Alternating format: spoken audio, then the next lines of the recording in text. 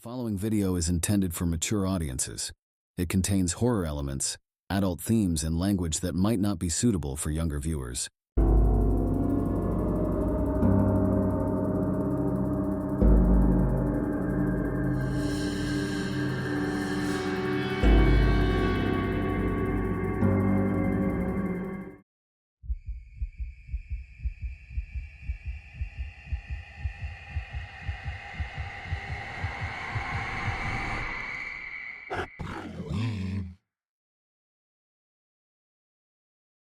The holiday season, traditionally a time for joy and nostalgia, is rarely juxtaposed with terror as effectively as in Hell on the Shelf.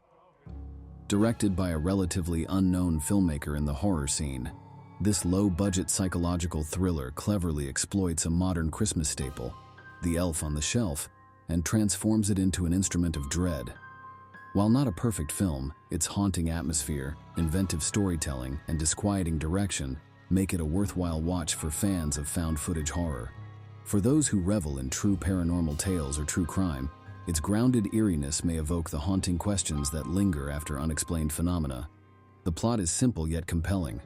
The story centers on a small group of amateur paranormal investigators who are drawn to a dilapidated suburban home where inexplicable events have been reported. The focus of the haunting? A seemingly innocuous elf on the shelf doll, left behind in the wake of a family's sudden departure. As the investigators delve into the home's dark history, the elf becomes a malevolent presence, its porcelain smile a chilling mask for unspeakable evil. The movie's premise plays into familiar tropes of haunted objects and cursed spaces, but the execution is where it carves its identity.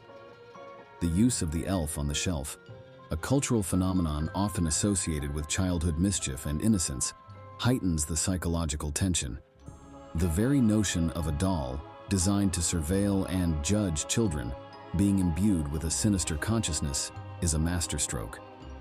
The unnerving dichotomy between its cheerful aesthetic and malevolent actions preys on the audience's instincts, tapping into that primal unease we feel toward things that should not move but seem to harbor life. The Blair Witch Project is an obvious touchstone for Hell on the Shelf. The film's found-footage format, combined with its hyper-focused setting, lends it a claustrophobic intensity. Long takes, shaky cam movements, and the investigators' unfiltered reactions to their mounting dread provide a raw authenticity. However, where Hell on the Shelf diverges is in its subtle use of practical effects and sound design to manifest the haunting presence. The directing style often teases rather than reveals, which amplifies the psychological impact. Shadows dart across the frame, whispers slither through the silence, and the doll's ominous appearances are timed with unnerving precision. The limited budget is evident in some technical aspects, grainy visuals and rudimentary lighting, but it never detracts from the immersion. If anything, the raw quality enhances the believability, making it feel as if this footage could genuinely have been unearthed from an abandoned camera. One of the film's most intriguing elements is the dynamic between the three protagonists. Each character is subtly layered, their motivations for participating in the investigation hinting at deeper psychological and emotional undercurrents. The skeptic, the rationalist of the group, treats the haunting as a hoax, or, at best, a misinterpretation of natural phenomena. Their insistence on logical explanations serves as a grounding force early in the film, but also makes their descent into terror all the more poignant. The believer. This character is the heart of the group, their faith in the paranormal rooted in personal experience. Their cautious reverence for the unknown creates an emotional resonance, particularly when they start to piece together the doll's harrowing backstory. The opportunist. The most morally ambiguous of the trio, this character views the investigation as a chance for fame or fortune, often clashing with the others over ethical boundaries. Their arc provides a sharp critique of exploitative tendencies in paranormal media, adding a layer of meta-commentary. These nuanced dynamics elevate the story beyond simple scares, as the characters' interactions mirror real-world debates about belief, skepticism, and the ethics of seeking closure from the supernatural. At its core, Hell on the Shelf grapples with the idea of surveillance, both literal and metaphorical. The elf on the shelf tradition is rooted in monitoring children's behavior. and the film deftly twists this concept into a broader exploration of guilt, accountability, and the weight of unresolved traumas. The house itself becomes somewhat of a prison, holding both its physical inhabitants and the emotional specters of the past captive. For believers in lingering spirits, the film poses chilling questions about what keeps entities tethered to the mortal plane. Is it unfinished business? Malevolence? Or perhaps the collective energy of fear and belief itself?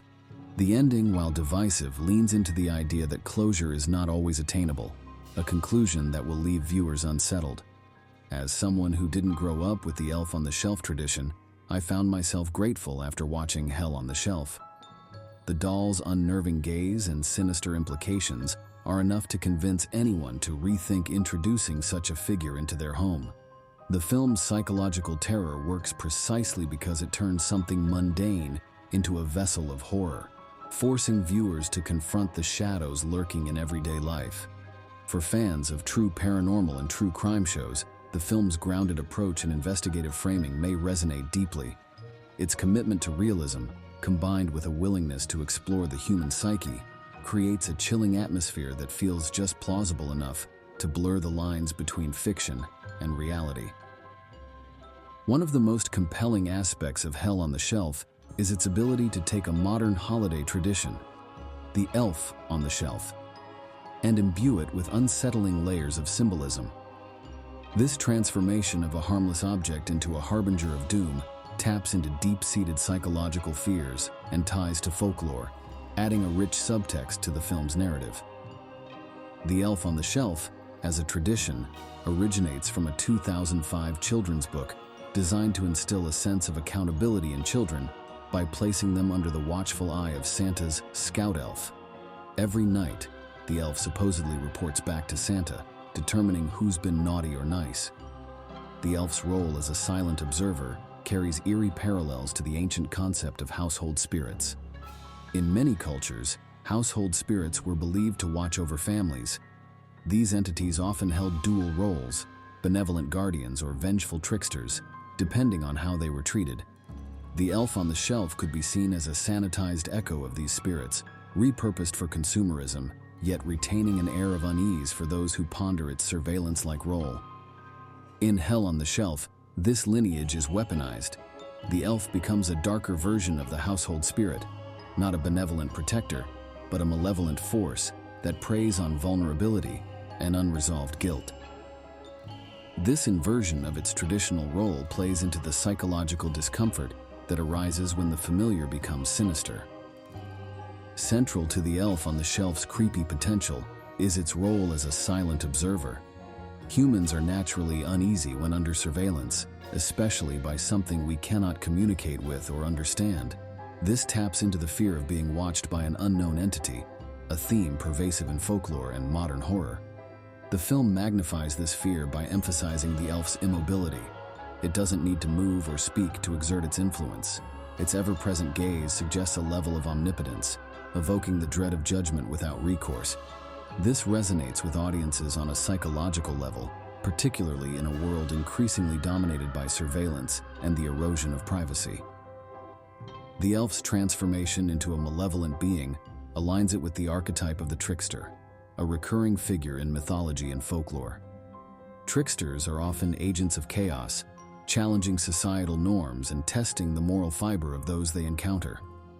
However, in Hell on the Shelf, the elf's trickery is not mischievous, but deeply sinister, revealing the darkest corners of its victims' psyches. This archetype also serves as a metaphor for unresolved trauma. The elf, much like a trickster, forces the characters to confront their hidden fears and failings. It becomes a vessel for the suppressed, dragging buried secrets into the light.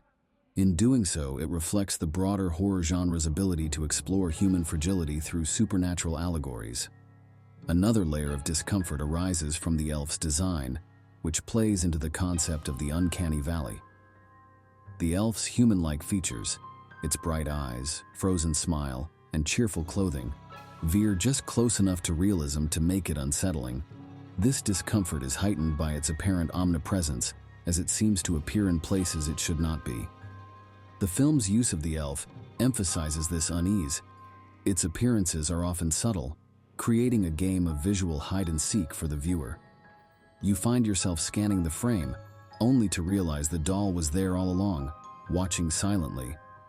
This tension mirrors the fear of the uncanny, an instinctual reaction to something that feels almost human, but is disturbingly off. For believers in the paranormal, the idea that spirits linger for closure adds a poignant dimension to the film. In Hell on the Shelf, the doll's malevolence is not merely random. It is rooted in a tragic backstory that gradually unfolds. This ties into the folklore of cursed objects, where physical items become imbued with the emotional or spiritual residue of their past owners. The elf's actions may reflect a desperate attempt at resolution, though its methods are cruel and unforgiving. For the characters, the path to closure is fraught with terror, forcing them to navigate a moral and spiritual maze. This aligns with the belief that unresolved energy can manifest as haunting, a theme that lends the film its lingering psychological weight. By drawing from folklore, psychology, and the uncanny, Hell on the Shelf transforms a mundane object into a vessel of existential dread. The elf's silent, smiling presence serves as a mirror for the characters and the audience, reflecting our fears of judgment, our discomfort with being watched, and the shadows of unresolved guilt. The final act of Hell on the Shelf is where the film's psychological and supernatural threads converge, delivering a climactic twist that reframes the preceding events. Without delving into spoilers, the twist elevates the elf from a mere instrument of horror to a multifaceted symbol of unresolved trauma, judgment, and spiritual reckoning. Throughout the film, the elf's presence becomes increasingly tied to the character's personal flaws and hidden fears. It's not just a doll, it's a reflection of the unresolved emotional baggage the characters carry. The twist, which unveils the true nature of the elf's influence, reveals that its actions are not entirely random. Instead, they are intimately connected to the investigators' pasts and their roles in the haunting. This revelation ties the elf to the folkloric notion of a psychopomp, a guide that bridges the living and the dead.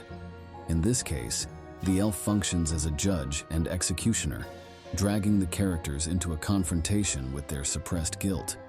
The chilling implication is that the haunting is as much about their internal failings as it is about the supernatural. For viewers who believe spirits linger for closure, this twist reinforces the idea that the dead may not be at peace until the living acknowledge their culpability or failures. The elf's role in orchestrating this reckoning aligns with this belief, turning it into a vessel for terror. The ending of Hell on the Shelf is deliberately unsettling, leaving certain questions unanswered. While the narrative provides a resolution of sorts, it avoids tying everything into a neat bow. This ambiguity serves a dual purpose. It allows the story to resonate long after the credits roll, and it reinforces the theme that not all mysteries, supernatural or emotional, can be fully understood. The elf's final act suggests that its malevolence may be rooted in a desire for justice rather than pure evil. This complicates the audience's perception of its actions. Is it an agent of chaos, a victim lashing out, or a force beyond human morality? The answer is left tantalizingly open, inviting viewers to interpret the story through their own experiences and beliefs. The twist also reframes the elf on the shelf's symbolic role as a figure of surveillance and judgment. The doll, originally a whimsical holiday tradition, becomes a manifestation of the moral weight of its victims' actions. Its judgmental gaze, which haunts the characters throughout the film, is revealed to be more than a psychological projection. It is a supernatural force with a chilling agenda. In a broader sense, the elf's transformation in the twist serves as a commentary on human nature. By using a modern commercialized object to explore ancient themes of guilt and atonement, the film blurs the line between tradition and terror, past and present. The twist and ending of Hell on the Shelf are what elevate the film from standard found-footage horror to something more thought-provoking. By intertwining folklore, psychological horror, and the uncanny, it creates a layered narrative that lingers in the mind. The elf, as both a symbol and a character, embodies the film's core themes of judgment, guilt, and the haunting power of unresolved trauma. Despite its strengths, Hell on the Shelf is not without flaws. Some dialogue feels stilted, and the pacing occasionally drags as the characters unravel the mystery. Additionally, the limited budget means certain scenes, particularly those involving the doll's movements, lack the polish of higher-budget productions. However, these shortcomings are outweighed by the film's inventive premise, strong direction, and ability to evoke visceral dread. Hell on the Shelf is a testament to what can be achieved with creativity and passion, even on a shoestring budget.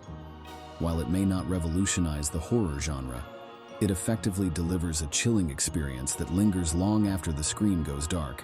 Its psychological depth, unsettling premise, and atmospheric tension make it a standout among holiday-themed horror films.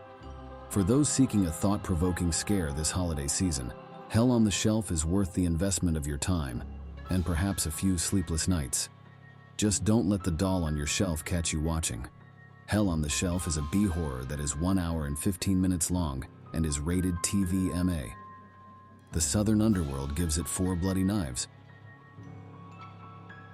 Don't forget to like, comment, share, and subscribe to the channel. See you next time. Thank you for watching.